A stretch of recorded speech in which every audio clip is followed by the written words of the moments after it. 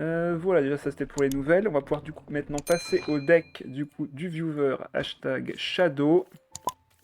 Surcharge. Alors, il m'a donc proposé un deck avec l'inné Manifestation Cli, donc un deck hyper agressif qui était bien connu d'ici, enfin en 4.3, 4.4, enfin je sais plus si c'est en 4.3 que la manifestation était très présente.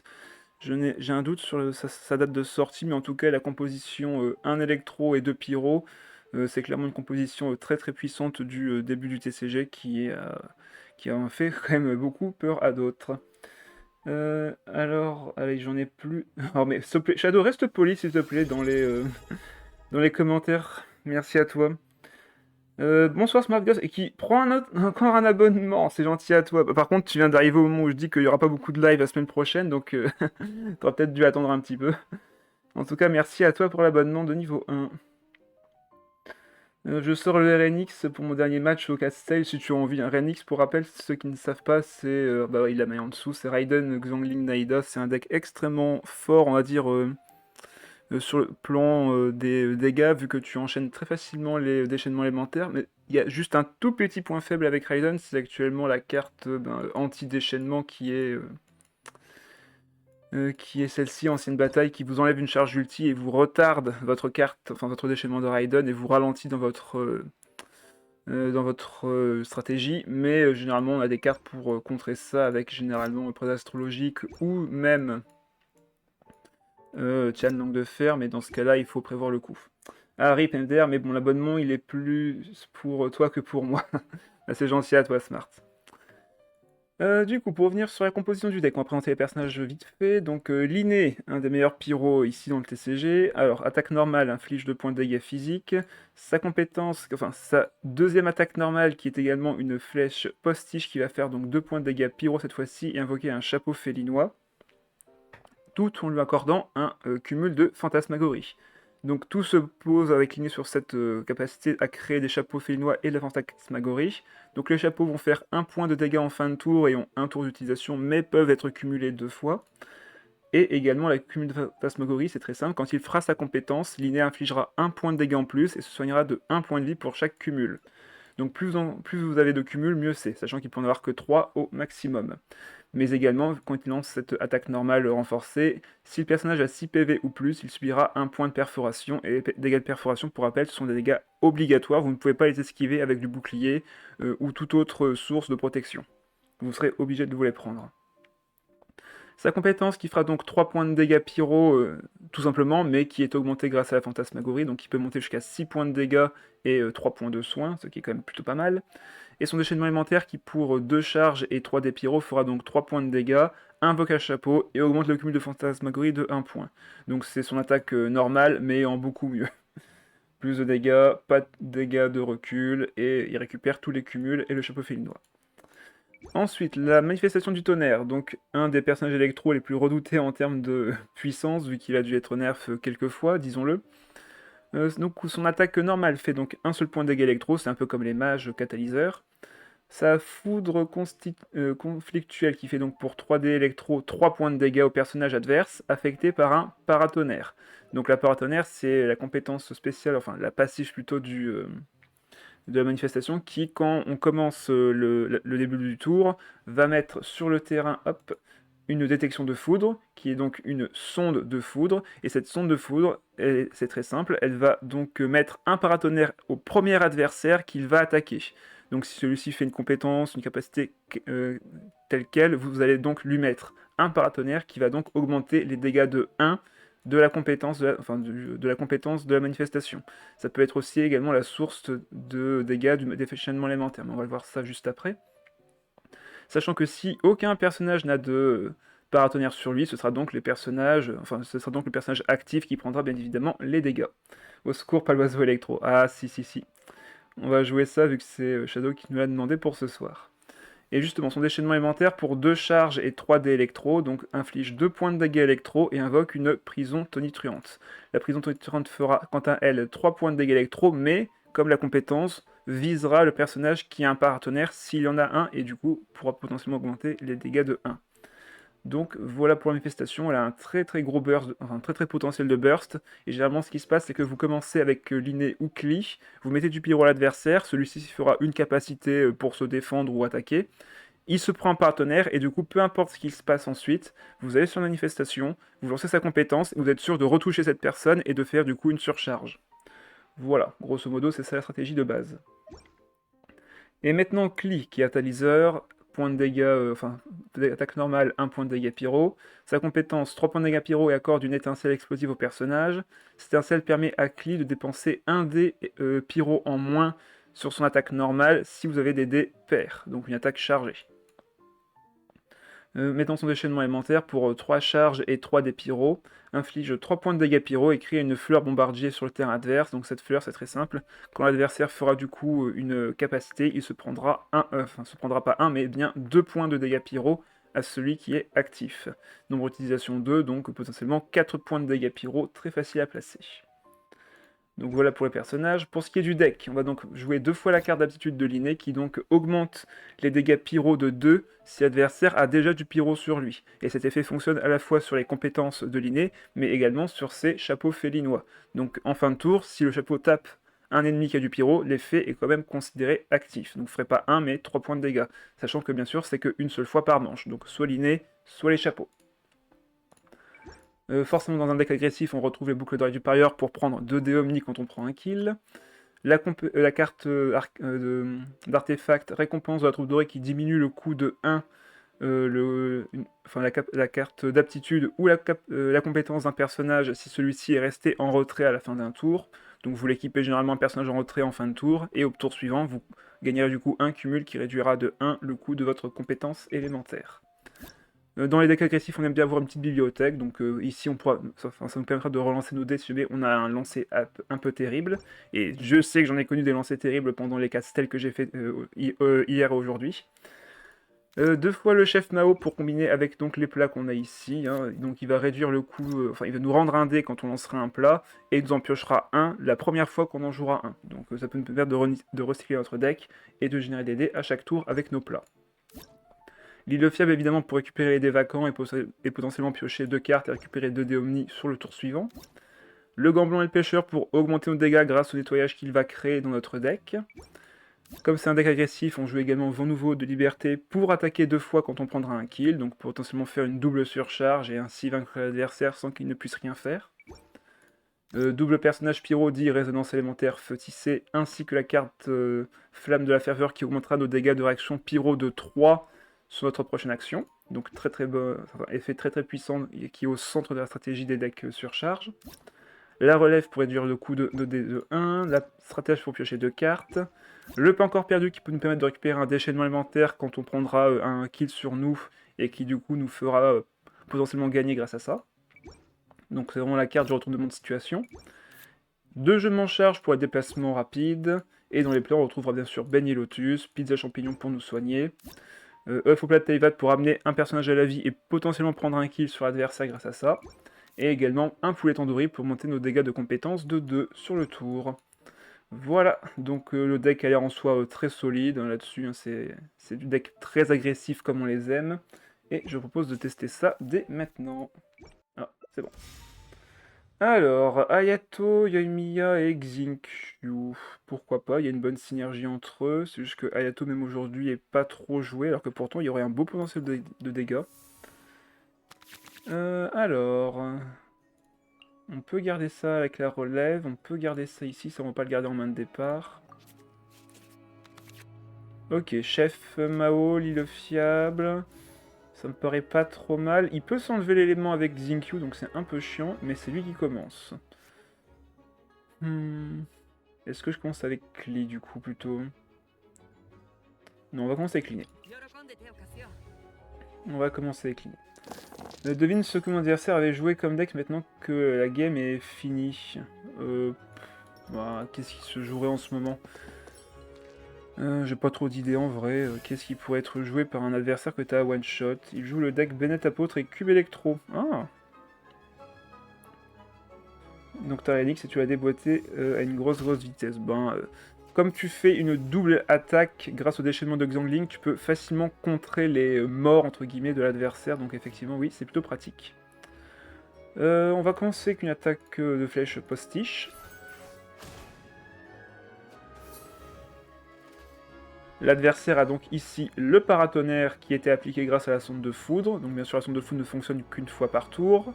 Donc le premier à avoir attaqué c'est Xingqiu, il a donc récupéré un paratonnerre qui reste même jusqu'au prochain tour. Mais par contre, la sonde de foudre, si elle se réactive et que le personnage a déjà un partenaire, ça ne se cumule pas, donc il va juste perdre l'ancien, entre guillemets. Voilà, il s'enlève l'élément. Là, on va aller sur la manifestation quand même. Il me reste combien de dés ici? Ouais, on peut faire un déplacement gratuit. Manifestation, compétence. Et on va utiliser le dé pyro, poser le fiable, pour transformer ça en 2 pioches et 2 dés omni pour le prochain tour. Ah, bon, il a Catherine, ok. Donc ça veut dire que peu importe ce que je fais, il va quand même... ouais, ok. Ok. Dans tous les cas, on va le faire quand même parce que ça signifie quand même l'embêter, enfin le faire dépenser un dé en plus, alors que si là je ne fais rien, il va juste encore s'enlever l'élément prochain tour. Donc là, on va quand même lui faire quelques dégâts de gratte. Et ça me permet également de monter mon ulti. Allez, on pose ça pour le prochain tour. Donc prochain tour, je compte faire de nouveau une compétence et un déchaînement. Selon les decks que j'ai, bien sûr, mais c'est en tout cas le plan. Ok, on a des plats avec le chef, c'est cool. Alors là, il me faut un peu plus d'électro, si possible. Ok. Je vais prendre le game et faire un guide RNX, bah, si t'as envie. Que le live bug, le chat disparaît, le chat apparaît mal sur l'écran. Bah c'est pas nous par contre. On voit le problème dans TMP. Vas-y vite fait alors. Comment ça le chat bug?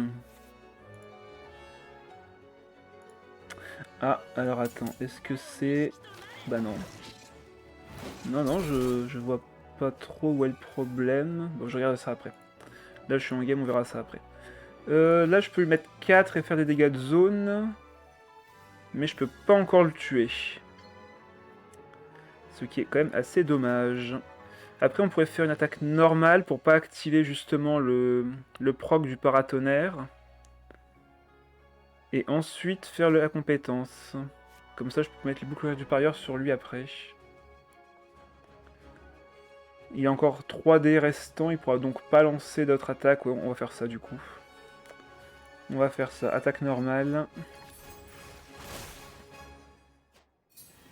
S'il laisse son Xingqiu, dans tous les cas... Ah non, le paratonnerre a quand même pris sur l'attaque normale. Ok. Donc c'est moi qui ai dit des bêtises. L'attaque normale compte aussi sur le paratonnerre.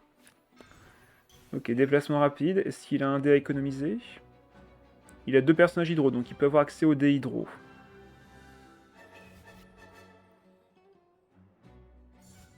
Ok, il fait sa compétence. Bon bah moi je pense que ça va être déchaînement élémentaire ici. Et on va aller sur Klee.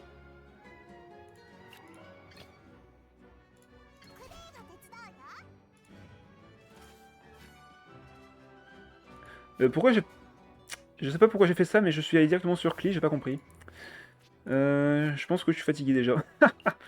Bon, rien de grave. Allez, on part sur compétence de Klee avec le kill sur Xingqiu. Ça ne change rien à la strat.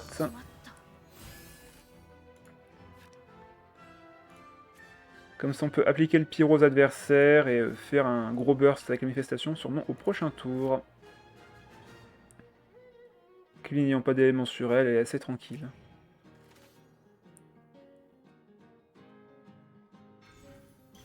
Ok, ça part sur la chambre d'or. Est-ce que je fais l'attaque normale? Si je fais l'attaque normale, je peux poser tout ça, activer les plats et piocher. En vrai, c'est pas plus mal. Comme ça, on monte notre ulti, tout en pouvant activer d'autres cartes. On va activer le premier chef et soigner l'inné en parallèle. On récupère un autre dé, on pioche un plat. On pose le gant blanc. Et on va piocher 2 autres cartes. Ok, parfait, on a la surcharge avec ça. Très bien.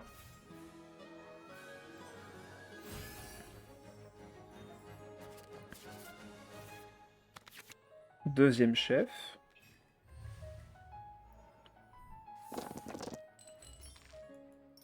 Donc là, ce qui est intéressant, c'est que si Yoimiya attaque, elle sera à coup sûr dans la cible de ma compétence.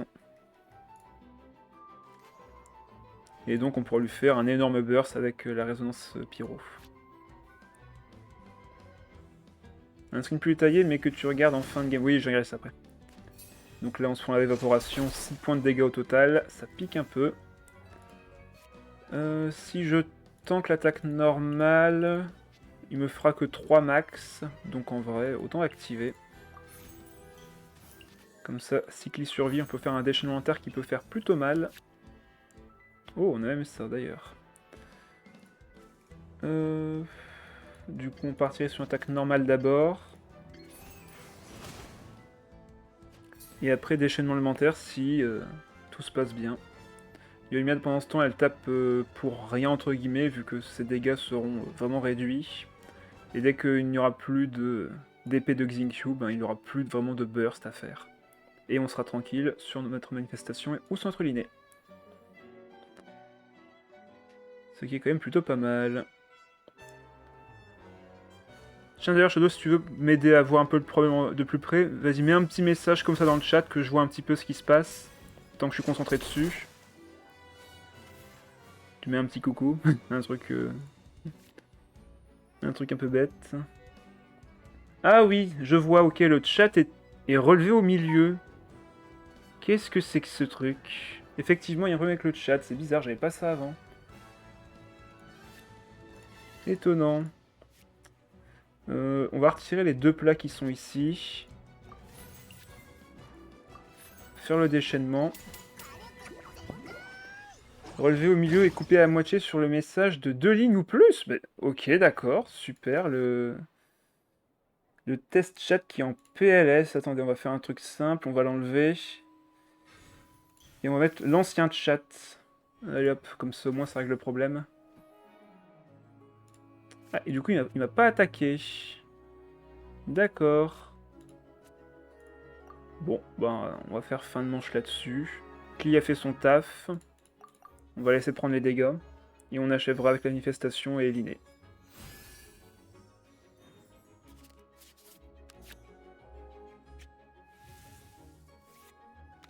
Petit vent de nostalgie de l'ancien chat. Qui avait rien de spécial à part qu'il était en bas à droite. On joue de façon assez opposée ce deck, j'ai remarqué. Ah bah ça dépend comment tu abordes l'adversaire, les cartes que t'as, donc forcément oui. Ça dépend de comment tu veux le jouer. Mais là j'ai clairement l'avantage par rapport à Klee qui vient de faire son déchaînement, j'ai un peu encore perdu, donc sa défaite n'est pas un problème. Ok, il tape avec Ayato, compétence je suppose. Il va se prendre du coup une petite bombe et on va pouvoir le surcharge aussi. Ah non, il fait pas compétence, il fait attaque normale. Donc on laisse la manifestation taper. Petite bombe. Là je mets 5, avec ça je mets 8. Je mets même 9. 8 avec ça. Bon ben ça part. Comme ça en fin de tour on a quoi qu'il arrive les points de dégâts électro. Et là Yoimiya est face à une bombe littéralement qui l'attend. Et il ne peut pas me vaincre en un coup ici. Bon je pense que c'est GG. Sans compter qu'on a le fameux œuf sacré. Ah bah, il est aussi un œuf sacré. Boum. C'est tellement ça. Tu as trouvé les mots justes. Boum. Surcharge.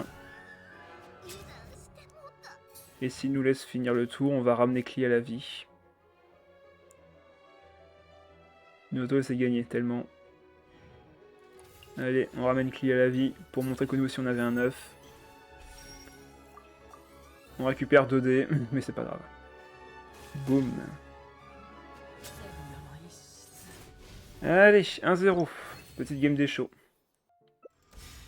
Oh, Crabe, Fréminé, Leila. Intéressant, intéressant. Ah, et c'est également un ancien joueur du Castile, au vu du dot card qu'il a. On peut garder la bibliothèque, ce serait utile quoi qu'il arrive. Comme on commence, je pense pas avoir besoin du déplacement rapide ici. Et on va enlever le plat, on va essayer d'abord de trouver un chef Mao. On l'a pas eu, tant pis. Donc ça part sur l'inné bien évidemment. Ça joue du shield. On n'a pas eu les meilleurs tirages qui soient, mais on peut relancer les dés, c'est déjà ça. Allez, voyons voir ce qu'on récupère à nouveau sur les dés Géo. Je ne joue pas Ito ici, donc... Ah, mais maintenant j'ai du Dendro à la place. Oh là là. Cette carte vous trahira pour toujours, de toute façon. Retenez-le bien. Là, il va falloir faire un maximum de dégâts pour vraiment contrer le crabe, pour pas qu'il grossisse trop. Et du coup, le prendre de vitesse. Ah, il a récupéré un dé grâce à ça, tant pis. On n'a pas trop d'équipement à part la carte d'étude de l'inné, mais voilà, on l'a pas eu. Ah, il a les deux carrément! Ça, poser ces deux cartes-ci tant que l'adversaire n'a pas d'équipement, c'est littéralement poser une Paymon gratuite. C'est 2 dés pendant 2 tours en plus. Ouais, il a le bouclier homme général. Il pose encore un terrain. Va falloir faire attaque normale, je pense, là. Hein. Ça va être galère de faire une compétence. À moins que j'enlève le gant blanc. Bon, bah ça part sur manifestation. Ne jamais faire confiance aux bibliothèques, notez. Et oui. Apparemment, lui, il a lancé les dés, il a eu ce qu'il voulait. Hein. Une petite surcharge, ici, sera pas de refus. Comment on part là-dessus, du coup?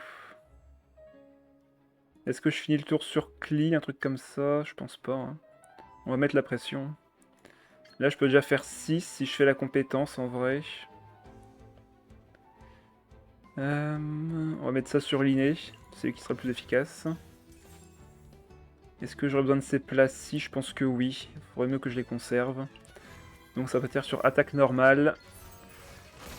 4 points de dégâts. Ça part sur Fréminé. Prochain tour, on veut faire un déchaînement élémentaire de la manifestation. Mettre un maximum de dégâts sur le crabe. Grâce à la surcharge notamment. Ok, on peut prendre un kill avec ça en plus. Il me faut l'électro absolument ce tour-ci. On peut garder un pyro dans le doute, si ça peut nous servir sur Cli ou sur l'inné. Ok, on peut faire compétence déchaînement avec ça, c'est pas un souci. Bonsoir Samépé. J'imagine que tu fais auto puis retour sur l'inné puis gants blancs et troupes dorées sur manif. Non, ce n'est pas l'idée prévue. Je reste sur manifestation pour qu'elle fasse un maximum d'électro avec le déchaînement. Et après on verra pour les pyros. En face, il n'est pas spécialement de pression, donc j'ai le temps de placer la manifestation ici.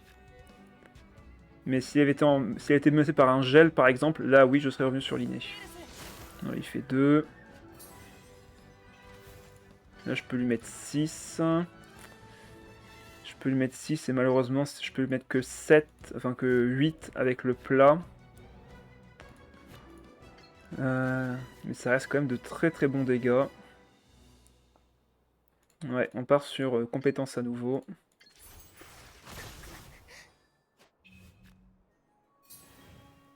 J'ai essayé de faire ce deck il y a 3 jours et je l'ai supprimé car le crabe c'est ennuyant. Ouais, c'est si tu veux vraiment gagner avec lui quoi. Donc il est à 2 stacks, donc là pour l'instant il peut pas encore me tuer. On part sur déchaînement élémentaire. Je vais enlever le déplacement rapide ici je crois. Déchaînement élémentaire et on va revenir sur l'inné. Qui va pouvoir mettre du pyro, quoi qu'il arrive. Vu qu'il est à... Ah non, il a qu'un seul stack. Mince, je croyais qu'il était déjà à 2 stacks. Du coup, on va sûrement rester sur Cli. Comment on part du coup là? Je pense qu'on va partir sur Cli pour commencer à charger son déchaînement élémentaire. Ouais, ça va être le plan. À moins que l'inné soit meilleur dans tous les cas. Après, le déchaînement de Cli permet de vraiment booster sur le crabe, donc en vrai, pourquoi pas. Mais Linné peut être meilleur en termes de pression sur les autres personnages adverses. On va aller sur Linné d'abord.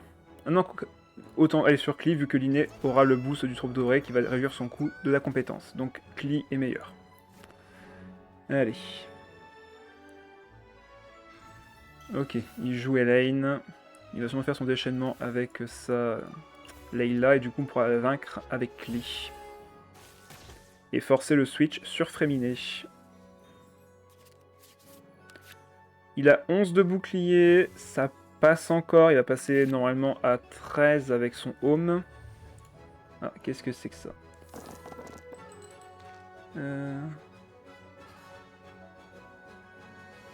Ouais, d'accord. Il y avait apparemment un spam bot qui allait mettre un message, mais pour une fois, pour une fois, le bot de Streamlabs a détecté. Avant qu'il puisse mettre le message. Donc merci à lui pour une fois. Pour une fois qu'il sert à quelque chose, on va pas se plaindre. Ok, il récupère 2 cartes.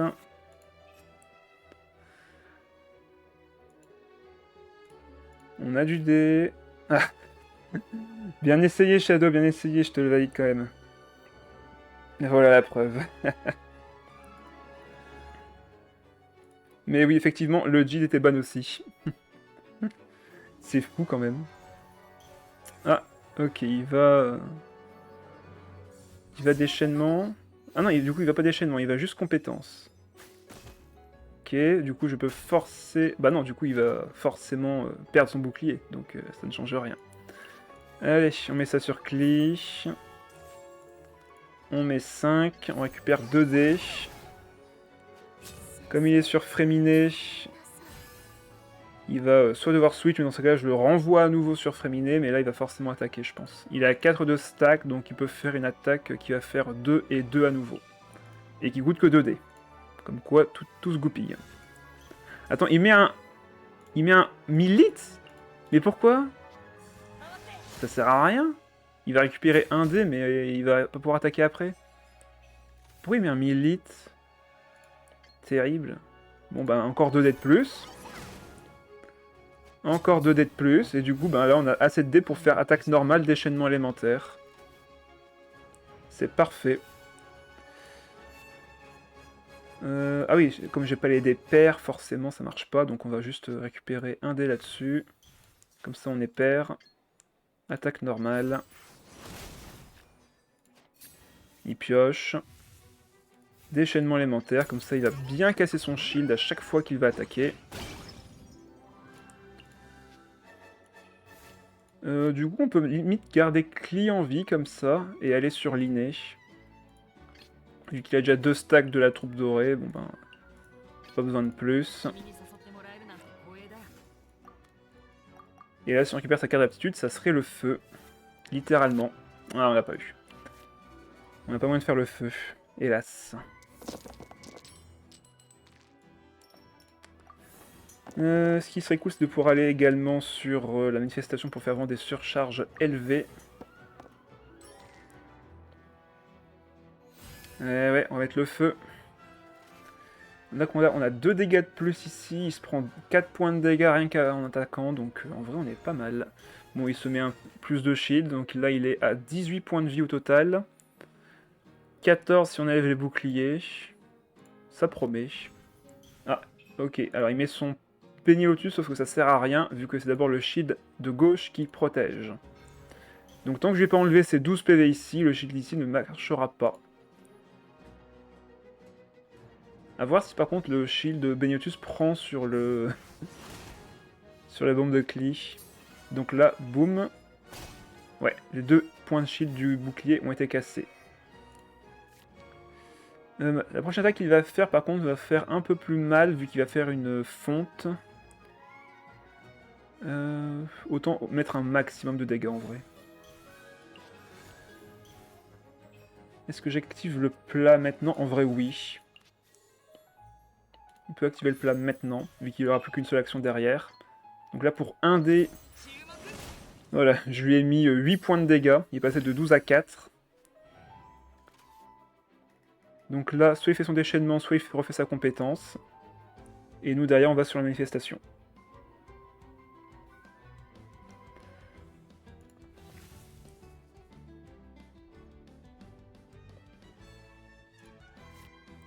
Alors, qu'est-ce qu'il va faire? Compétence, 1 point de dégâts plus 3 ici. Il se reprend une bombe. On va sur la manifestation ici. Si j'avais eu la carte d'habitude de l'inné, j'aurais peut-être retapé derrière, mais bon, là on peut pas. Gros burst. Voilà, on lui casse tout. Et maintenant, qu'est-ce qu'il peut faire? Au maximum, il fera du coup 1 point de dégâts, vu qu'il a plus de shield. Enfin, 2 avec l'attaque normale, bien sûr. Donc je me sens pas spécialement menacé en termes de dégâts. Par contre, il avait 2 cryo, donc il peut faire 4 points de dégâts s'il joue les cartes de résonance cryo. On va d'abord aller sur Klee, du coup. Elle peut survivre.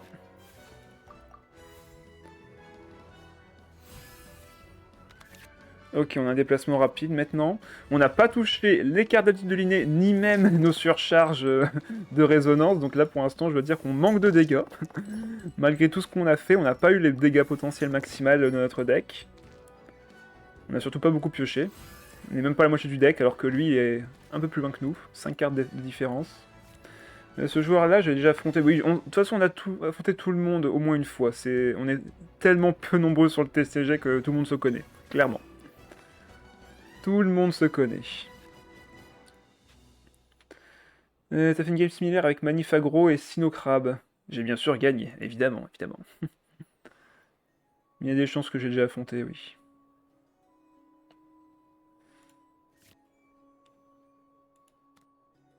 Alors, qu'est-ce qu'il va faire du coup?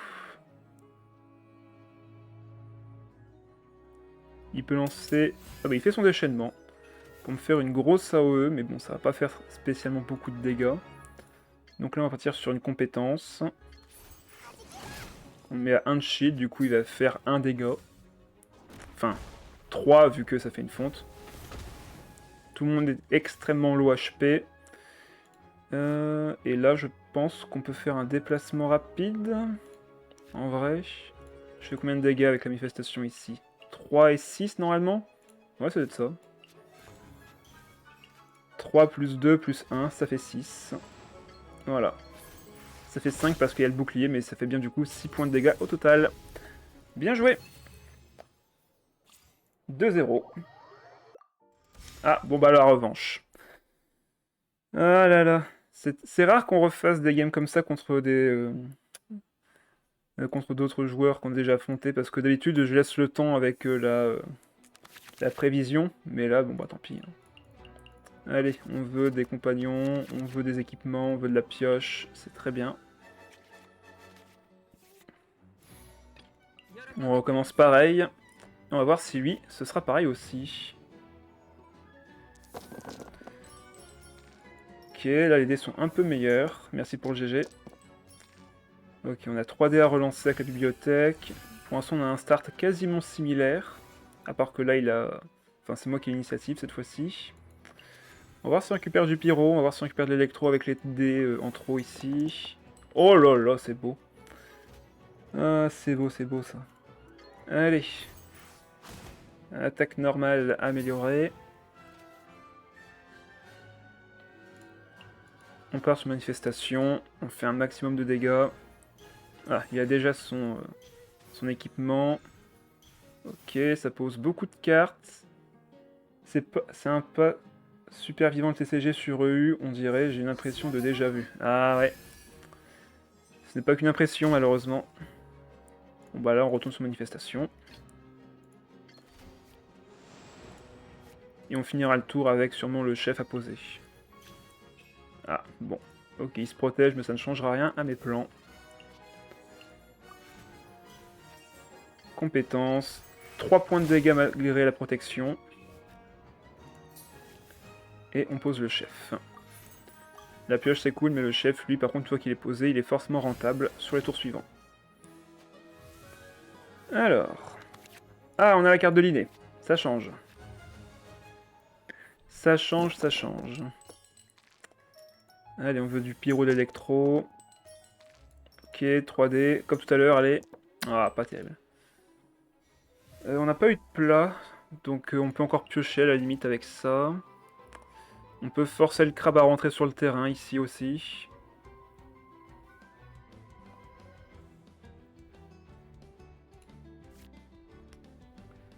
Avec les 8 dés qu'on a, on va pas pouvoir faire grand chose.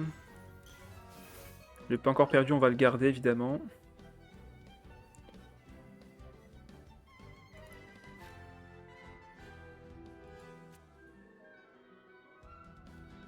Qu'est-ce qui est mieux que Fréminé Crabe, Bruto Hydro Crabe?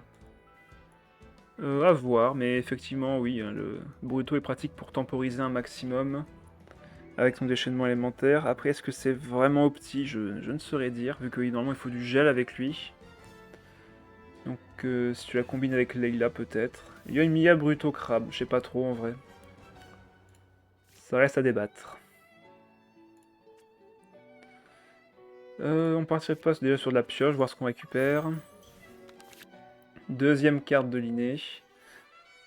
Je pense que ce tour-ci, on va juste faire switch sur l'inné. Carte d'aptitude. Et on va poser l'île fiable. Parce que là, je trouve que c'est pas très opti. Ah, quoique. Non, on va taper avec la manifestation pour débloquer le déchaînement alimentaire pour la prochaine fois. Et là, on va être sur l'inné pour mettre sa carte d'aptitude quand même. Allez. On va sacrifier la deuxième qui n'est pas utile. Et on va taper avec sa compétence.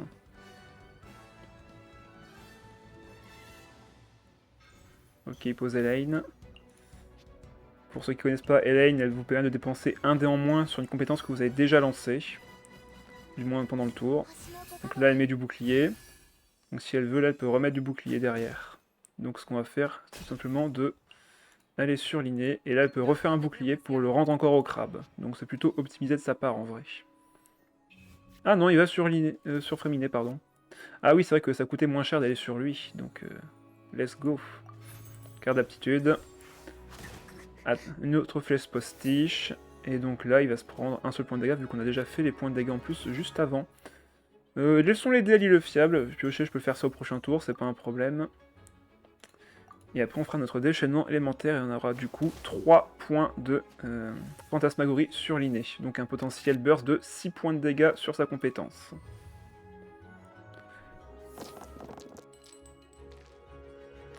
On va enlever ça. Pareil, il nous faut toujours du pyro d'électro. Et pas du tout du cryo. Ça dégage. Ah, mais sérieusement. Ne croyez pas en la carte de bibliothèque, ça sert à rien. Ne croyez pas en cette carte. Elle est décevante au possible. Il me faudrait boucle d'oreille du parieur ici. Du coup, on va piocher, voir ce qu'on récupère. Ok, récupère un homme ancien. Il va sur le crabe. On va voir ce qu'on récupère dans la pioche. 2 des pyros. Alors là, par contre... Quel est le plan? On peut faire un gros burst sur lui, dans tous les cas. Ouais, on va partir sur le déchaînement. On va sacrifier la carte ici. Déchaînement. Et là, si jamais il laisse le crabe sur le terrain, on peut lui faire un gros burst à 8 points de dégâts. Voire 10 si j'active le plat. Je peux encore le faire grâce au dé pyro que j'ai. Et là, s'il tape avec le crabe, ben, je peux le taper avec manifestation et son déchaînement élémentaire aussi. Ok, il tape avec. Donc là, il fait une attaque normale. Il peut du coup relancer à nouveau une attaque normale. Mais là, clairement, on part sur manifestation, clairement. 100% manifestation. Si je peux casser son shield, je prends.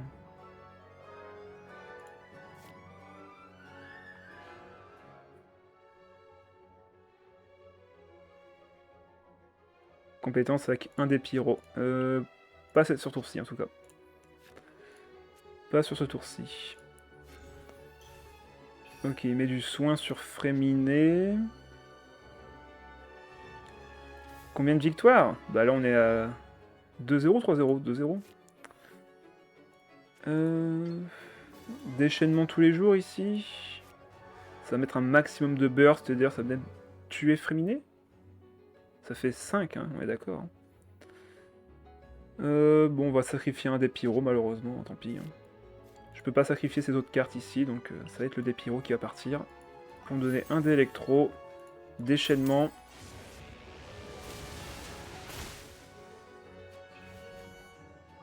Voilà. La surcharge va faire que du coup Freminet va se prendre 5 et mourir.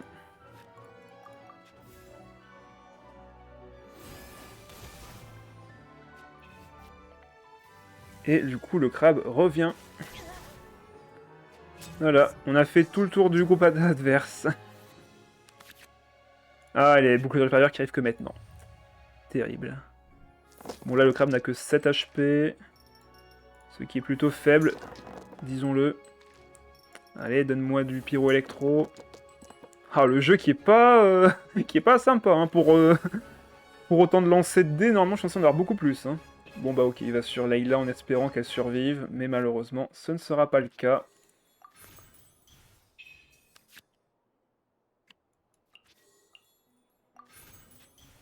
Hop, on va sacrifier les plats, du coup, vu qu'on a activé les nôtres ici maintenant. On peut gagner ce tour-ci. On récupère 2 dés.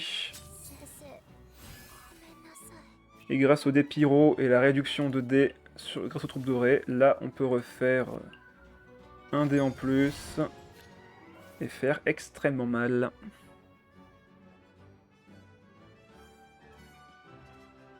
Donc là, je refais une compétence avec la manifestation en sacrifiant l'île fiable. Je vais sur l'inné, j'active le dé pyro et normalement c'est win. Au vu du burst qui lui attend.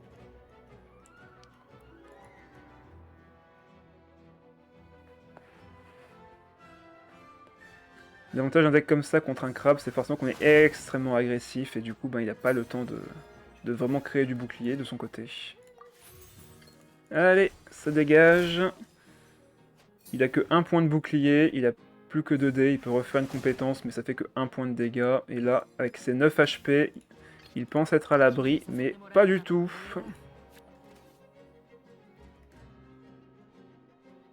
Non, normalement, on va être à 3-0 là, chez Yanni.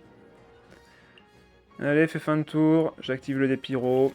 Et là, on va lui mettre un gros 10 dans les dents. Même 11 d'ailleurs. Ah non, 10, c'est ça. Il était à 9, et on lui faisait 1 point de dégâts de plus que nécessaire, donc bien 10 points de dégâts. Allez, 3-0. Qu'est-ce que c'est que ça? Du cryo, pyro, anémo? Faut voir, il y a de l'idée, mais je pense pas qu'il y ait une grosse synergie entre eux, à part peut-être Cliqueya qui peut être assez marrant en soi. Surtout si tu joues Vent Nouveau de Liberté, mais bon, à voir. On commence. Bon, ben, on va rester là-dessus. Ok, chef, mais j'ai pas de plat, donc c'est dommage. Il commence avec Cli. Ok, le lancer est pas trop mauvais. Très très bien. Très très très bien.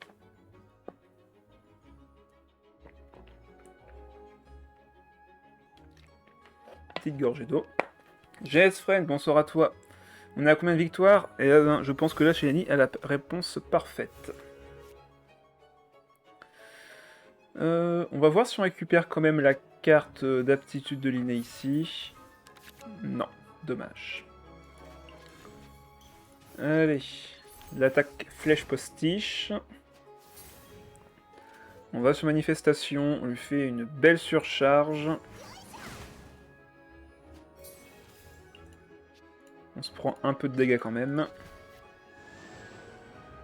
On dit merci pour qui? Pour cette victoire easy? Bah à l'adversaire qui nous a laissé gagner, bien sûr. Hein. Merci à lui. Non, t'inquiète. Après, pourquoi dire merci à un deck aussi agressif? Attaque normale. On lui fait une grosse surcharge à 6 points de dégâts. Il va sur Nomade, du coup là il peut plus attaquer. Attends, il a fait une attaque normale, mais à... Ah non, il a pu faire comme ça, ok. Bon ben... Ah, il finit son tour sur Kaya, bah ça c'est gentil. Ça c'est gentil. Allez, fin de manche ici. On dit merci Shadow, j'imagine. Et bonsoir eBay. Shadow. Ça aime beaucoup les jeux de mots dans le chat, on dirait.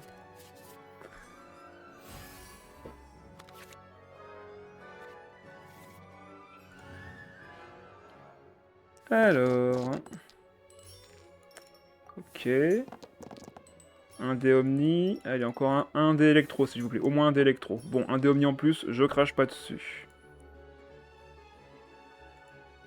Joli jeu de mots eBay. Ça se trash talk dans le chat. Là, je vais jouer les deux chefs et poser le plat sur la manifestation. Ça me paraît être le plus opti. Comme ça, je recycle un peu mon deck, je pose des cartes et je récupère des dés en plus. Allez, rendez-moi des dés. Oh, un dé électro, sympa. Un deuxième dé électro. Alors là, par contre, c'est joli. Hein. C'est très joli ce qu'on vient d'avoir.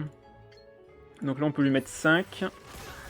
Et si jamais il reste sur Cli, on a les 4 points de dégâts grâce au nettoyage.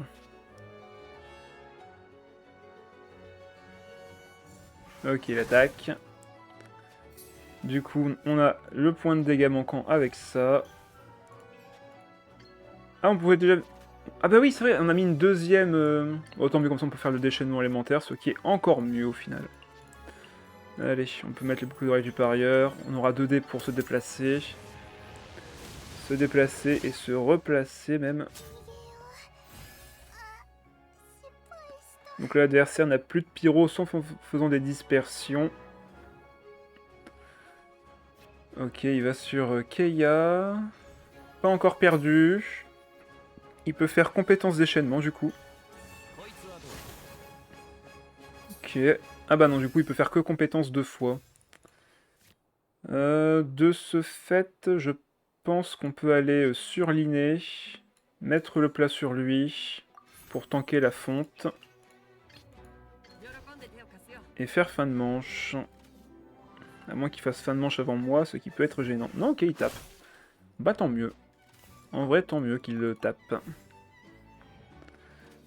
Comme ça, je suis sûr de lui mettre 3 points de dégâts ici. On fera la surcharge au prochain tour. Et il ne restera plus qu'à vaincre Nomade. Oh ben en plus on récupère le nouveau de liberté. Oh là là, c'est excellent tout ça. C'est excellent.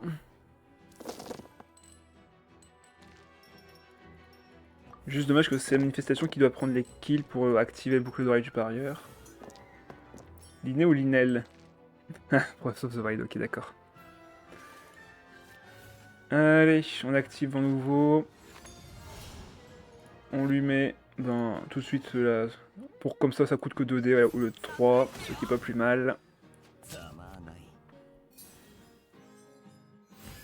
On récupère un peu de points de vie. On active le deuxième plat. Quoique non, du coup j'ai que 6 dés. Je vais en récupérer 2 ici, certes, mais il manquera encore un si je veux taper avec la manifestation. Du coup ça va partir sur déchaînement élémentaire, tout simplement.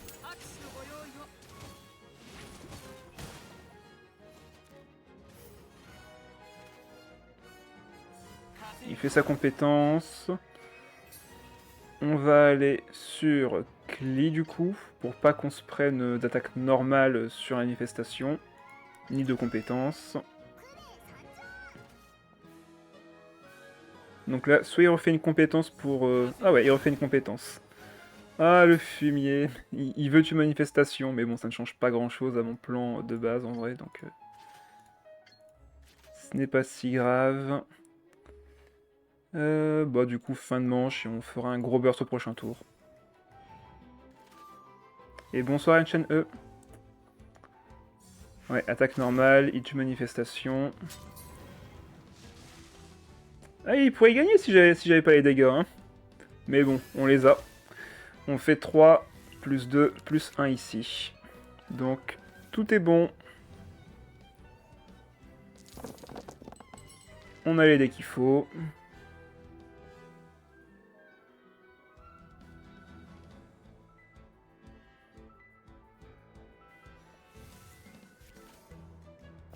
Et c'est win. 2 points de dégâts en plus. 1 point de dégâts en plus. 6 points de dégâts au total. Question, je ne retrouve plus le salon du tournoi TCG sur le serveur. Ah, tu peux afficher les salons tout en haut du serveur et du coup les afficher manuellement. Si tu veux, je peux même te tag directement dans le serveur, et comme ça au moins tu peux le retrouver tout de suite. En tout cas, on est à 4-0. Oh!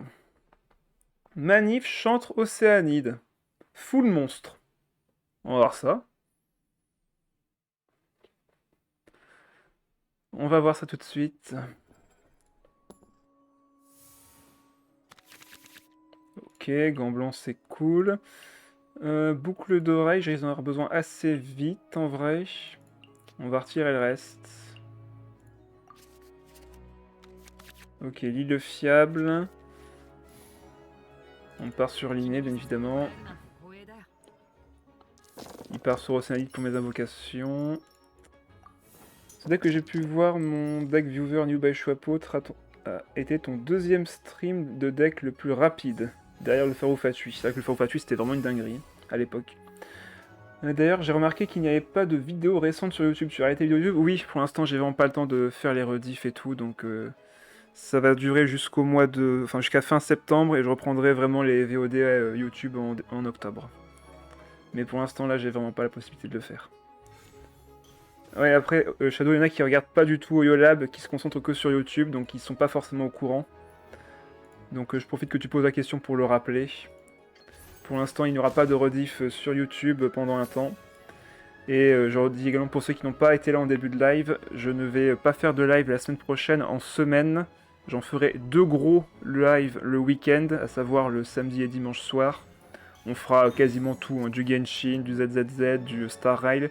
Je ferai un peu plus de contenu, on va dire, diversifié le week-end, mais pour l'instant en semaine ça va être compliqué pour moi d'être présent, ou du moins actif sur Twitch.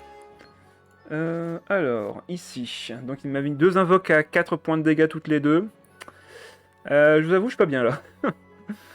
Je suis pas trop bien là. Comment on va faire?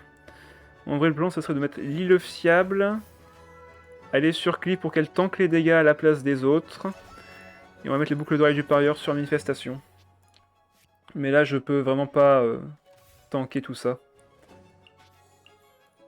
En plus, il fait fin de tour tout de suite, c'est pas plus mal. Allez, go. Alors, Gilles, t'as pas le droit de faire de guide de deck, c'était mon concept. D'abord, je fais ce que je veux. Apprendre avec humour, flemme de me faire démonter. Oui, je me doute bien. Mais pour revenir sur ça, d'abord, je fais ce que je veux. Et pour l'instant, j'ai la flemme de faire des guides, donc je vais pas en faire. Voilà. J'ai d'autres trucs à faire pour l'instant. C'est pas mon objectif premier. Donc t'inquiète pas, Shadow, pour l'instant, t'as le monopole en FR de créateur de guides. Et moi j'ai hâte que tu sors des guides, ben j'en ferai... De toute façon il y a toujours les guides Feu de la Fonderie, ça je compte les continuer sans aucune hésitation. Mais les autres guides pour l'instant non, ça risque d'attendre encore un petit moment. Pour ceux qui ne le savent pas, je suis encore en phase d'études, et là je suis littéralement dans le rush final. Donc c'est pour ça que je peux pas me permettre de faire trop de live et de faire les rediffs en montage, ça me prend trop de temps. Et bonsoir Tsubaki. C'est pour ça que pour l'instant vous avez très peu de contenu sur YouTube. Mais vous en faites pas, la chaîne n'est pas du tout abandonnée, il y aura encore du contenu. Gambate, merci. Alors ici, on peut faire 3, on a le déplacement rapide. On peut prendre le one shot sur l'Océanide, je pense que ça va être le plan ici.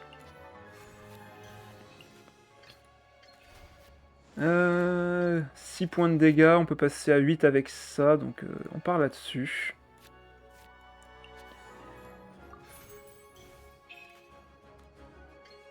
Allez hop, l'Océanide, ça dégage. On récupère 6 dés, on peut faire double compétence et déchaînement élémentaire. Par contre, il n'y a plus que 1 dé, j'ai pas fait attention, donc là en vrai on est plutôt tranquille. J'hésite même à retourner sur l'inné d'abord pour faire un gros burst et profiter de l'effet de fin de tour. Ouais, je pense que ça va être l'inné et on finira le tour sur Cli pour qu'elle tanque les dégâts. Comme ça, l'inné récupère de la fantasmagorie. Il fait très mal. Il a son déchaînement élémentaire de près. On revient sur Cli pour qu'elle tanque les dégâts de fin de tour. Et là, on pose le deuxième gant blanc et pêcheur et on laisse le dé vacant à l'île fiable. J'ai l'impression que t'es plus jeune que ce que je pensais. Non, c'est juste que... Je suis bien plus vieux que ce que tu... Enfin, comme tu pensais, en fait, pour dire plus simplement les choses. C'est juste que j'étais en reconversion et que j'étais en phase d'études pour me réadapter. D'ailleurs, dans le point de chaîne, il y a visite ma théière. C'est encore valable ou il est juste pas enlevé? Non, la théière, c'est toujours valable. La théière, pour moi, c'était à la base la première chose que je voulais faire sur Genshin, et j'ai toujours apprécié la théière. C'est juste qu'en ce moment, le bois pour le farm de Natlan est dégueulasse. Pour ceux qui n'ont pas essayé de farm le bois sur Natlan actuellement, il y en a donc 4 types de bois. Et sur les 4 types, on a 2 d'entre eux qui se trouvent qu'à une seule zone précise, et c'est hyper pénible à farmer parce que différents arbres se trouvent être exactement de la même forme et ne peuvent pas être tout le temps farmés correctement. Donc c'est assez pénible. Ah oui, le avoir de chez Annie. Merci pour la gorgée, à la tienne.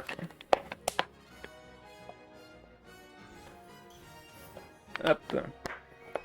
Ceux du désert de Sumeru, c'est galère aussi. Oui, mais ceux du désert, en vrai, ça allait encore. Tu pouvais tourner sur une zone précise en boucle et tu pouvais fermer le bois indéfiniment. Là, par contre, Natlan, c'est 10 km entre chaque arbre, quoi. C'est vraiment pire, pire, pire. Ok, il est tapé à manifestation ici. On peut lui mettre 0. C'est beaucoup, 0, hein. C'est pas trop mauvais.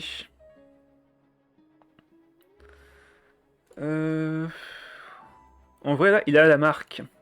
Il a la marque. On va retourner sur manifestation. On peut burst les dégâts et faire le kill. Heureusement qu'il est Ito. Oh, heureusement, heureusement. Et le gadget de Sumeru aussi, ouais, tellement. Donc là, on lui met que 3, 4 et 5. Hein, comment ça? Mais j'étais à 3 juste avant? Bizarre, bon. Un point de dégâts de trop, tant pis. C'est pas grave. On récupère 2 dés ici. On va poser le chef. Mettre le plat sur Klee, du coup, vu qu'on a déjà mis sur les autres. Comme ça, on récupère un dé. Et en plus, on pioche un autre plat. Ok, pas besoin de celui-ci. Bon, bah, on le sacrifie. On fait le déchaînement élémentaire. Qui est-ce qui va prendre les dégâts de fin de tour, en vrai? Ben, on peut laisser la manifestation prendre les dégâts de fin de tour. Ça va faire combien? Ça va faire 3 avec des dégâts de zone. 1 point de dégâts pyro. Donc, je serai encore à 5 PV. Lui, il va pas mourir. Je pense qu'on peut rester comme ça. Ah, il compte les macarons. Ah, d'accord. Oui, j'ai oublié les macarons, excuse-moi. Bonne remarque. J'avais oublié qu'il avait mis les macarons. Les délicieux macarons de Navia. Et comme tu le tues, il ne compte pas le soin. Tout à fait. Tout à fait. Donc là, il est à 3 HP, mais il a encore le revive. La seconde vie. Ok, le fait qu'il a 2 stacks. On a un œuf. Bon, contre lui, ça peut être dangereux l'œuf, parce qu'en vrai, il peut avoir un shield qui le protège de... de 2 points de vie, et quand tu le détruis, tu prends 1 point de dégâts de zone sur tes personnages, donc faut se méfier quand même.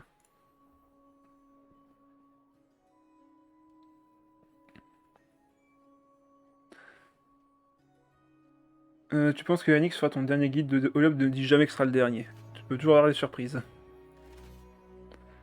Tu peux toujours avoir des surprises. D'un coup, une inspiration. Ok, gant blanc. Il récupère notre carte avec ma mère. Du soin, ok. On a les dégâts, de toute façon. Hein. On peut le faire revive. Statue du sanctifeu, bon ben, je pense que c'est gagné. Il va faire qu'une seule attaque, du coup.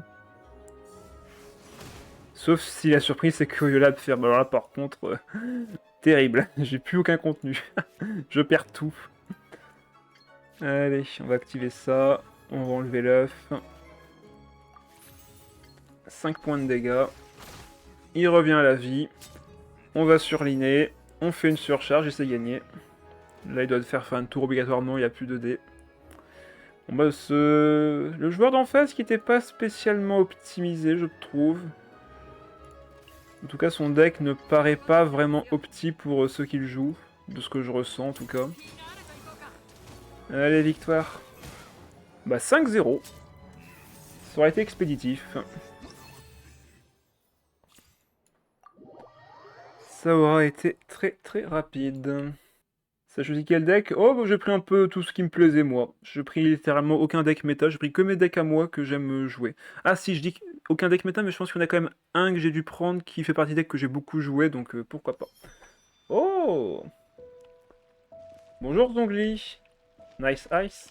Alors, du coup, on est sur la zone de fontaine. En tout cas, c'est déjà très très joli. Tu nous fais visiter, du coup? Vas-y, je te suis. Petit jardin, escalier, ok. Oh là là, c'est beau.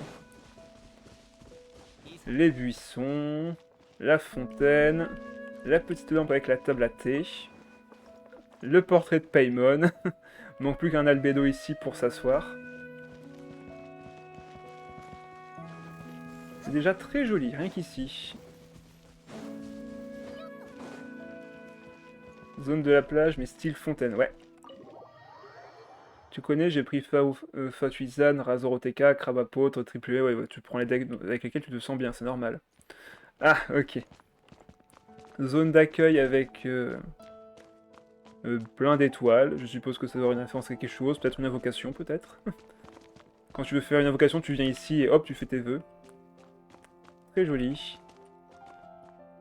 Le reste, c'est les pots de fleurs, forcément au bout des portes.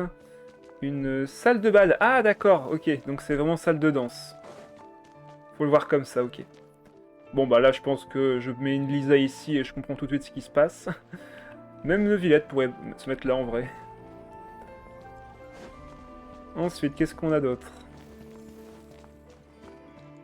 Une deuxième bibliothèque. Bon, bah, on mettra Mona ici cette fois-ci. Ok, ok. Bien rempli en tout cas les bibliothèques, hein. On se sent surchargé. Qu'est-ce qu'il y a donc derrière le truc ici? Petite cuisine. Ça a l'air d'être ça, cuisine avec, oh, des plats, la table à manger et tout. Petite table. C'est pas évident de beaucoup mettre ici. Oh, on a même les épées pour, pour les fourneaux. C'est sûr de bien trancher la viande. Tu fais c'est là que tu veux ma théière. Ok, de toute façon, je sais que tous les contenus endgame de Genshin qui sont la théière et le TCG, personne n'y touche. C'est triste en vrai. Parce que pourquoi ça, personne n'y touche? Ça rapporte pas beaucoup de primogèmes, donc ça, c'est pas comme le reste. Très joli ça. Si c'était des primogèmes toutes les semaines, toutes les 2 semaines que tu pouvais gagner, je sais pas moi, en faisant plein de parties TCG ou en faisant des constructions de théière et autres, ben, ça serait rentable, mais là, pas du tout. La chambre style Inazuma, très jolie avec le cadre photo, magnifique. Magnifique, magnifique.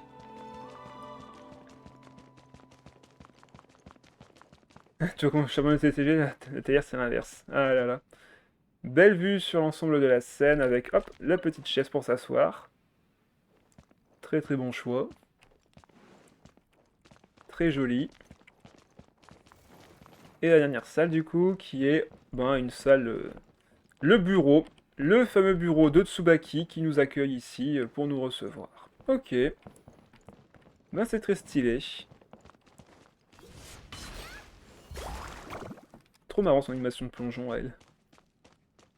Ah, où est-ce qu'il est parti? Je vois plus. Regardons la carte. Ah, je crois qu'il est sorti.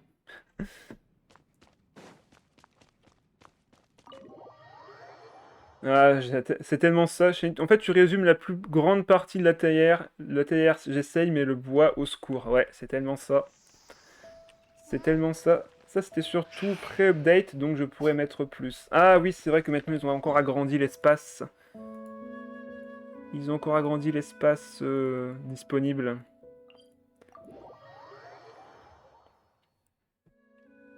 Ah ouais, une théière, ça prend beaucoup plus de temps. Enfin, c'est pas que c'est chiant, faut être patient, faut être créatif, et ça, forcément, ça prend plus de temps qu'un deck sur qu'un deck sur le TCG. Oh, très beau jardin, en tout cas. Ok, on passe par ici. Petit pavillon. Beaucoup de plantes. Forme de cercle.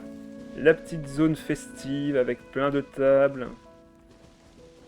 C'est fou de se dire que les tables, là, il y en a 4 x 4, 16 places, sachant qu'il n'y aura que 4 personnages qui pourront rentrer max. C'est triste. Mais bon, ça donne envie quand même. Ok, on a les petits rochers qui nous donnent le chemin. On arrive ici. Un autre pavillon. Où on peut s'asseoir tranquillement. Ah, ça c'est le jouet de souffle nuage. Mais dès que tu es content de ta création, tu n'as pas vraiment, t'as plus vraiment envie de la changer. Bah bien sûr, hein, ça aussi c'est un autre problème, c'est que il y a beaucoup d'items de théière et à chaque fois t'es obligé d'enlever les anciennes. Ça j'ai eu beaucoup de ce problème pendant les premières mises à jour. Vu que je crée beaucoup de choses dans la théière, je vais faire plein de trucs différents. Et des fois quand tu dois sacrifier quelque chose que tu as pris généralement 2, 3 heures, 4 heures pour certains, parce que tu as galéré, mais que tu dois tout effacer pour essayer d'en faire une suivante, ça te fait mal au cœur, mais d'une puissance. T'as juste pas envie de les effacer, quoi. Voilà, le reste est à refaire. Bah ça marche, bah merci pour la visite, Tsubaki, c'était très très joli. C'était très très beau, je vois que tu t'es même servi des dernières créations et tout, donc très sympathique. De rien, merci. Bah merci à toi. Allez, on sort.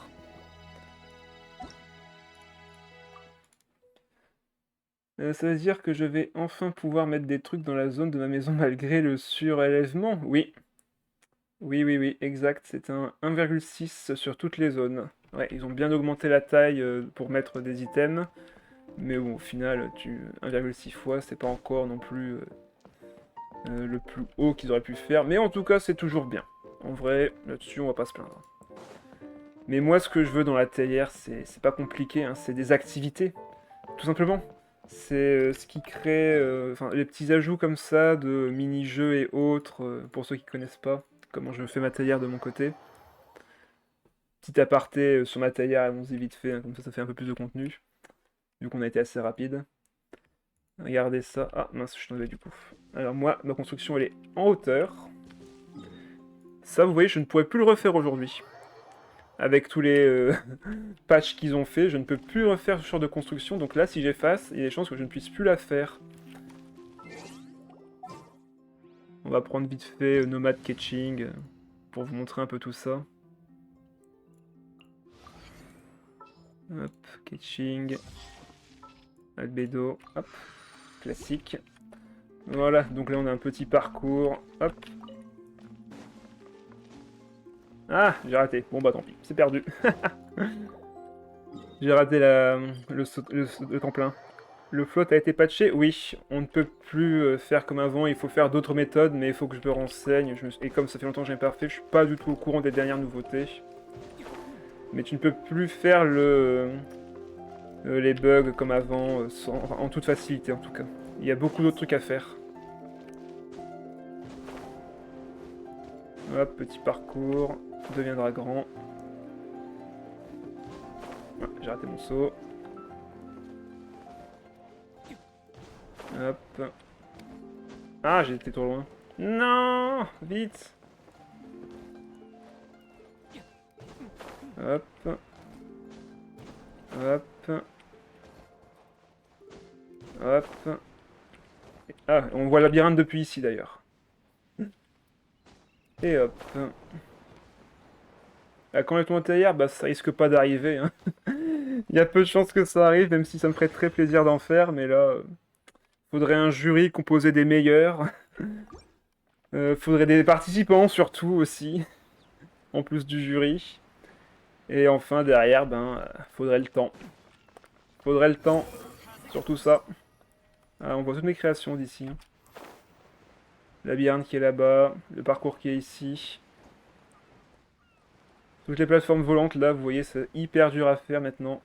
Parce qu'ils ont beaucoup patché. Et du coup, en fait, ils tuent littéralement les créateurs les créateurs originaux, quoi, comme moi. Ils peuvent plus en faire des trucs comme ça. Les participants, c'est le plus dur. Et ouais. Petit labyrinthe ici. Bon, on triche un peu, hein, mais pour vous montrer vite fait.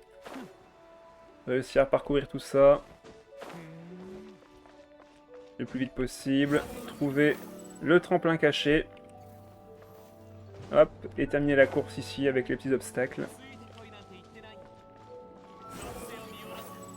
Et s'asseoir. Si c'est pas beau. Voilà, c'est le genre de choses que j'aime bien faire, mais bon là, j'ai vraiment plus trop le temps d'en faire, donc c'est un peu dommage. J'offre une multi au dernier, deux à l'avant-dernier, etc. jusqu'à pour le premier, et c'est bon, t'auras convaincu des gens de te faire la théière. Bah en fait c'est ça, hein. Ce qui, tu touches un point sensible, Shadow, c'est très simple, c'est que les gens viennent quand il y a du cash prize. quand il y a des cadeaux à la clé, ils feront pas de tournoi s'il n'y a pas de récompense derrière, et ça se comprend, hein. C'est du temps que tu investis, et si derrière t'es pas récompensé à ton travail, hein, parce que c'est clairement ça, hein, c'est du travail tout ça, hein, ça prend un temps fou. Pourquoi ils ont enlevé le float? Bah, ils veulent pas que les gens glitchent, hein. Parce qu'en fait, si t'arrives à faire un glitch, ça veut dire que leur jeu est mal codé, tout simplement. Alors que pourtant, des fois, les glitches sont justement utiles pour permettre des choses qu'on ne pourrait pas faire d'habitude, mais ça, ils veulent pas le faire. Ça serait admettre que leur jeu est mal codé. Donc, pour pas qu'il y ait de glitch, il faut les patcher. Ah là là. Allez. Une boisson, chef. Ouais, il faut que je me serve moi-même, donc forcément, je suis à la fois serveur et consommateur.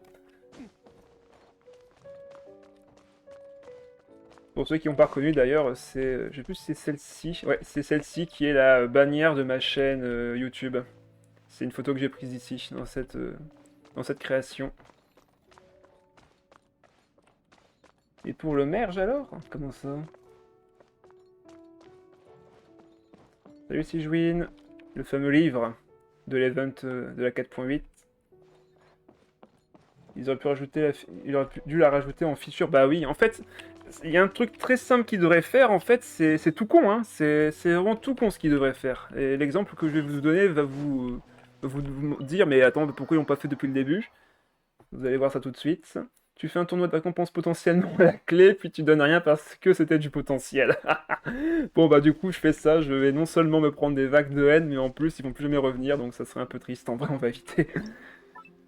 Mais vous voyez, un truc très simple qu'ils auraient dû faire, et ce dès le début, vous voyez, par exemple je prends cet item là, hop, je peux juste le bouger de gauche à droite, je peux même le mettre dans les items, avant on pouvait pas, hein. Avant on pouvait pas mettre les items imbriqués dans les autres. Ça a été corrigé. Maintenant, on peut vraiment mettre autant d'items les uns des autres qu'on souhaite. Mais là, récemment, enfin dans les dernières mises à jour, quand ils rajoutaient des nouveaux items, hop, hop, hop, voilà. Vous voyez ça? C'est un escalier. Il peut être gauche à droite, et ils ont mis ajustement vertical. Et là, hop, je peux le faire planer. Ils devraient faire ça pour tous les items. Et là, on pourra faire des choses magnifiques. Mais ils ne l'ont pas fait. Pourtant, ils le font sur ce truc d'escalier qui est juste un escalier. Hein. Il n'y a aucune cohérence que ce truc plane. Hein. Aucune. Mais pourtant, c'est bien. Ça me permet de faire un escalier qui monte très facilement. Hop, je mets ça par-dessus, et ainsi de suite. Voilà, je le fais monter, etc., etc. J'utilise ça d'ailleurs aussi pour positionner. Mais ça serait bien qu'ils le mettent sur tous les items. Ça réglerait tellement le souci.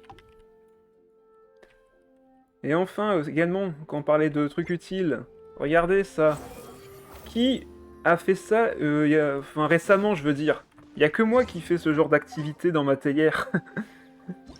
Petite chasse au ballon, vous prenez votre meilleur perso archer de votre box. Hop. Et c'est parti, compétition, regardez. Allez, celui qui fait péter le plus de ballons a gagné en temps de record, et c'est parti. Vous voyez ce genre de choses, c'est marrant, ça ajoute du plus dans le endgame. Chacun crée ses petits trucs, propose à ses copains, et on se fait des petits tournois, des petites activités. Mais non, il n'y a rien, on peut rien en faire de ça.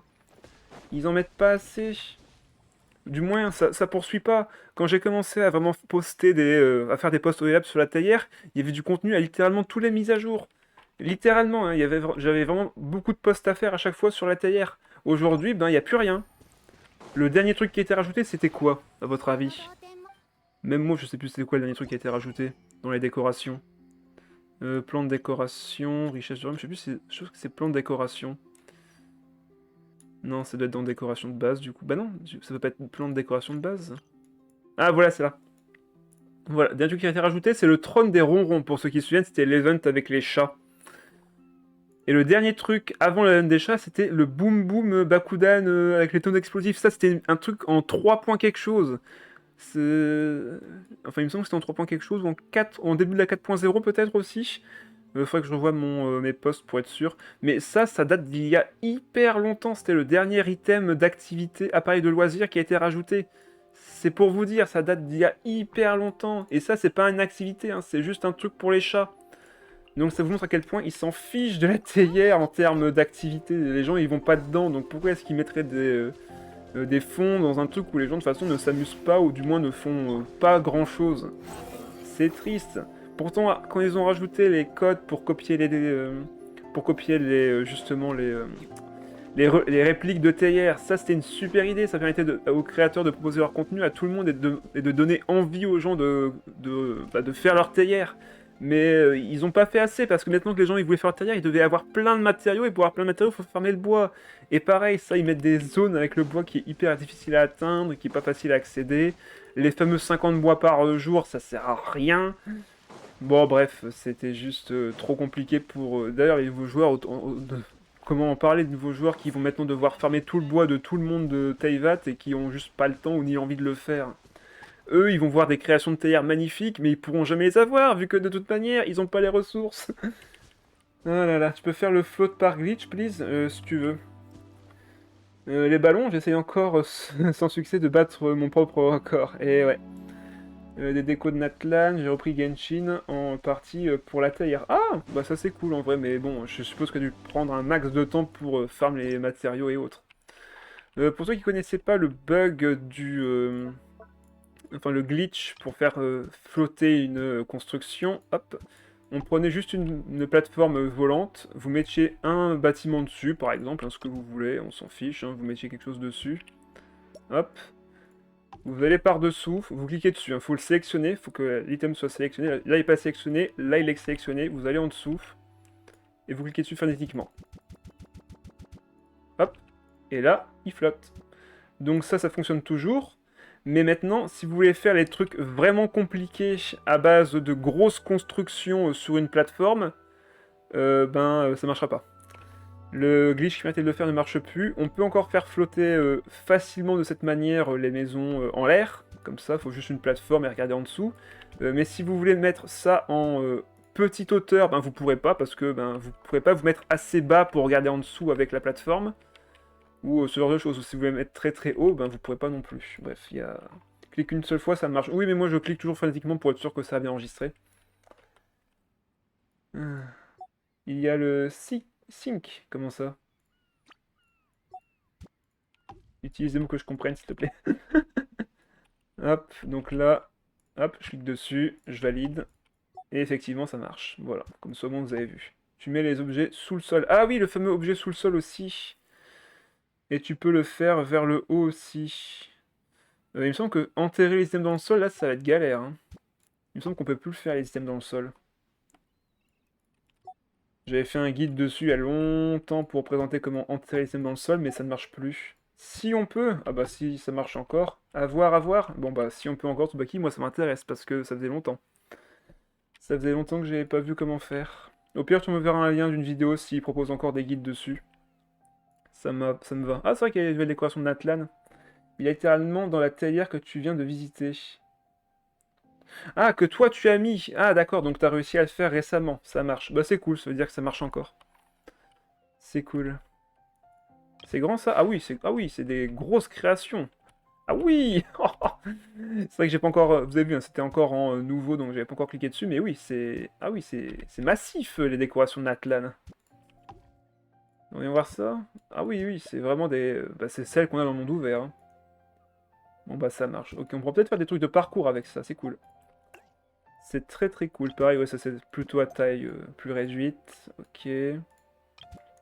Ok, plage de surf. Ça peut être marrant pour les mettre dans l'eau, ça peut être très drôle. Les décorations de Shemyu, c'est nimp aussi la taille. Ah bah oui, hein, il y a des trucs... ça n'a aucun sens en termes d'espace. Hein. Qu'est-ce qu'il y a d'autre encore? Ouais, ça qui est pas trop mal. Faudra voir plus tard si j'en fais quelque chose. Mais bon, voilà, ça c'était un peu tout ce qu'il y avait à dire sur la théière et ce que j'en pense. Il y a tellement de choses qu'ils pourraient faire de mieux. Là, regardez ce truc-là. Je voudrais le mettre en hauteur. Normalement, je devrais avoir le truc pour monter. Ils devraient vraiment le mettre sur toutes les décorations, de pouvoir les mettre en hauteur. Pas forcément les compagnons, bien sûr, hein, mais au moins les décorations, les meubles et autres. Histoire d'avoir plus de facilité à mettre vraiment ce que tu veux, où tu veux. Bon, allez, ça sera tout pour ça. Hop, on va enregistrer les décorations qu'on aime. La Terre n'est pas morte, juste en train de mourir lentement et silencieusement. Tellement vrai. Tellement vrai. J'espère qu'ils feront des ajouts spéciaux de Natlan quand ils sortiront la map de Natlan, qu'ils feront une grosse mise à jour théière, un truc bien vénère. Ça serait cool. On a eu un peu de place, c'est déjà ça, oui. Bah, en fait, c'est pour ça que je pense qu'ils ont fait le 1,6 parce que les décorations d'Atlan sont tellement grandes qu'ils ont préféré mettre ça en amont pour éviter d'avoir des retours des joueurs qui disent mais on a des décorations d'Atlan et on peut en mettre nulle part, on peut en mettre que deux tellement c'est grand. Ce genre de choses, quoi. Et j'adorais qu'ils font masse de mages pour la Terre, effectivement. Bah oui, moi aussi, j'aimerais bien qu'ils en fassent une comme avant, qui montait de grosses nouveautés, de gros nouveaux ajouts, avec des activités et tout à faire. Pareil, un truc que j'avais demandé il y a longtemps, c'était mettez un ingéniosité divine dans la théière, ce serait tellement bien. Pour ceux qui se souviennent, ingéniosité divine, c'est vraiment mon event préféré en parallèle de la poursuite du vent. Création de donjons, ce genre de choses. Ça serait tellement bien dans la théière, un petit truc comme ça qui est permanent, qui permet aux joueurs de créer leur propre création et de recevoir des prix pour ça. Ça serait tellement simple en plus à faire. La map de théière de Natlan, on a des nouvelles. Bah, en fait, les maps de théière de Natlan, elles arrivent généralement en fin d'aventure principale. Parce qu'en fait, on récupère des sauts, comme vous le savez, dans les mondes.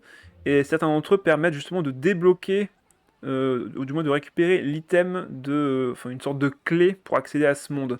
Donc je pense pas qu'on aura de théière de Natlan avant la 5.4 quoi, c'est enfin la 5.3 plutôt. Quand on aura fini l'aventure principale, vu qu'ils ont dit que ça serait 5.0, 5.1 et 5.2. Donc soit en 5.2 ils nous sortent la théière, soit en 5.3 ils nous la sortent, je sais pas. On verra bien.